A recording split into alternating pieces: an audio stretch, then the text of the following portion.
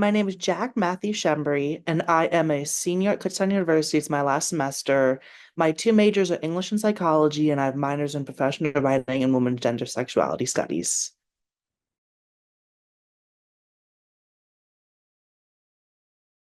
Dr. Clement has been there for me from the beginning of being at Kutztown. Um, a couple of my professors knew I was really interested in gender and sexuality studies, and then that's how I met Dr. Clemens. And my very first interview with her was really funny. I was supposed to be meeting with her, and at that time I was driving from home, and she had emailed me and she was like, "Oh, we're gonna be late to the meeting." So I was driving, and I just pulled over on the side of the road, and I started the meeting from that point.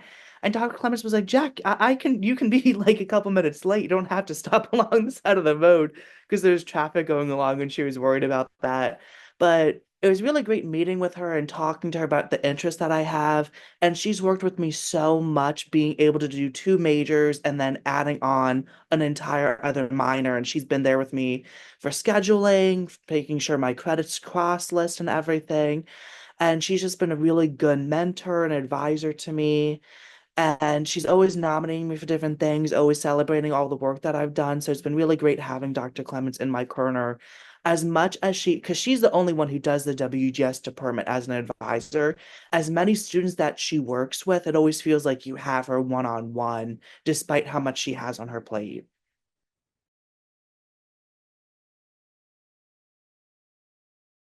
When I talk about like my academic writing, I definitely think Carol Clover has a lot to do with that. Her book, Men, Woman, and Chainsaws, really redefined looking at the horror genre. And I think when I started Kutztown, I had always thought like, oh, I should like good literature. I should like the I don't mean to say like pompous, but I should like traditional literature that everyone loves. I my favorite author still is Virginia Woolf. I love everything she does with Stream of Conscience. And I think that has a lot to do with my interest in English and psychology. So like her as a writer, I really love. But I think looking at Carol Clover and her academic work, she just does has done such groundbreaking things. And I think I take inspiration from her too, because a lot of people can snub that in academia and think, oh, why are we looking at these films that just objectify women? And why are we looking at these films that just objectify groups? And she's doing the academic work to say, you know what, this might have been really negative at this point, but also shows the struggle. It shows what people have been through. And I think that's what I find really fascinating about that. And I think I try and do that with my work and look at things from a different perspective as to what they really mean in society.